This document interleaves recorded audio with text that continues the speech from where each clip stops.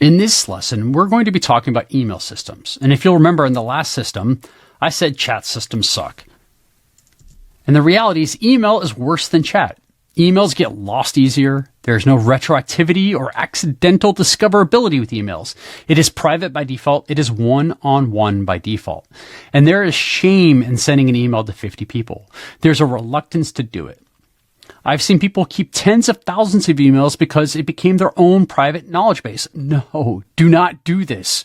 Just like with chat, important information must be moved to the appropriate system, the system of record. I found from the highest performing organizations that they avoid email internally. They avoid email unless it's absolutely necessary.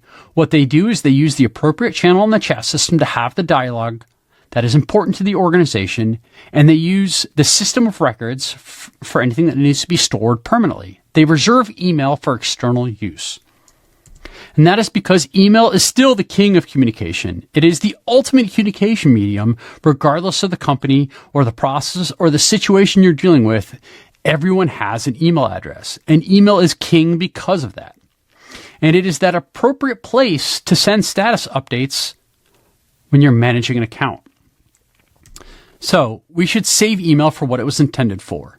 You will use your email clients after you've landed your clients only when you're working with them on something important and for important client communications like status updates. And we will discuss more about status updates in the upcoming weeks and lessons.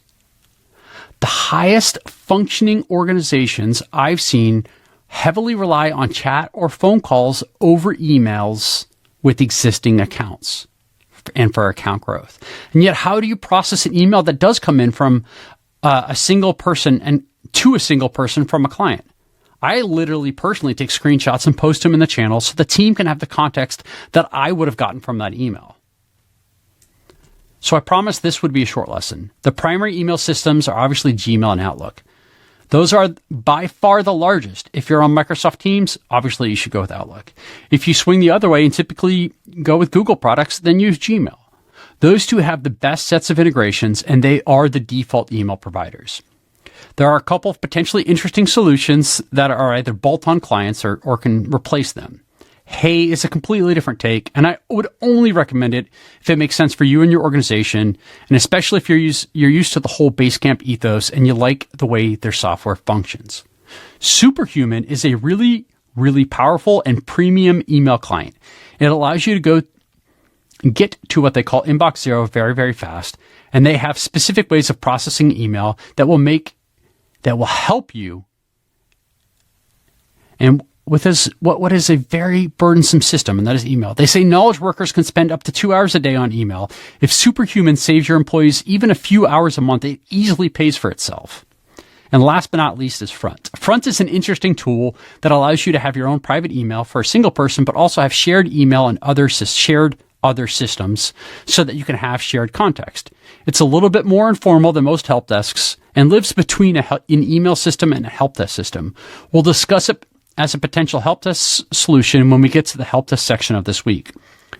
Generally, it doesn't matter what email system you have for account management. What matters is that you have access to any email system and that you avoid using it when you don't need it. And you remember that it is not good to use as an informal and inefficient knowledge base, and that you use it for what it's intended to be used for. Thank you, and have a nice day.